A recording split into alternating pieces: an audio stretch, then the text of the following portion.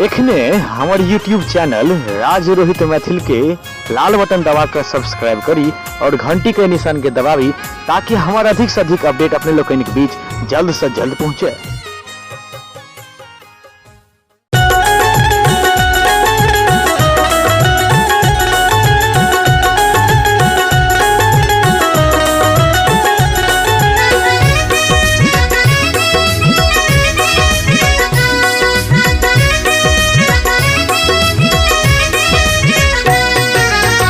छम आहक पैर में पायल जखने बजैया मन करैया के ना चोरी खन खन खन खन कैया कि काजर गीत लिखैया के ना चोरी खन खन खन खन कैया कि काजर गीत लिखैया के ना छम छम आहक पैर में पायल जखने बजैया मन करैया के ना चोरी खन खन खन खन कैया कि काजर गीत लिखैया के ना चोरी खन खन खन खन कैया कि काजर गीत लिखैया के ना।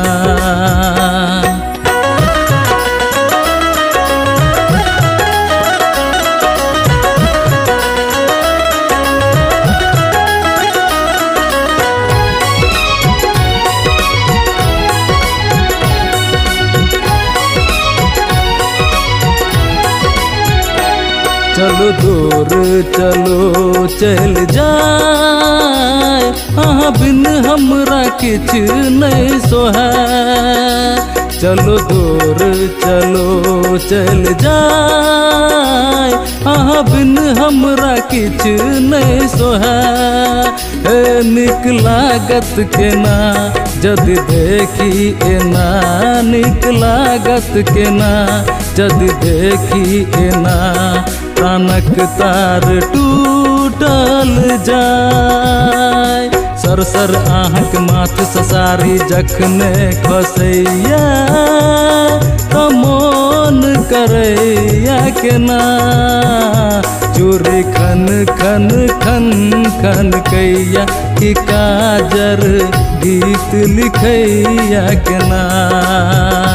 चोरी खन खन खन खन कैया कि काजर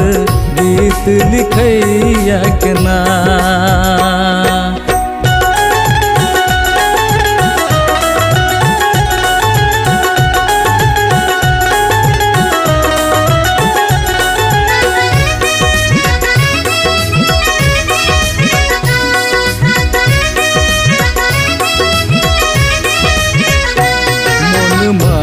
नहीं हमरा जदी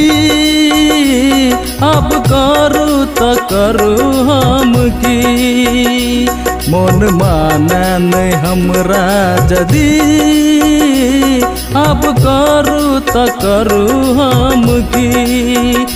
सोल हो जे सिंगार अहाँ करे छी सोल हो जे सिंगार अहाँ करे छी प्रेमक धार छूटल जाय आहक बिन तनिक ने हमरा कखनो लगैया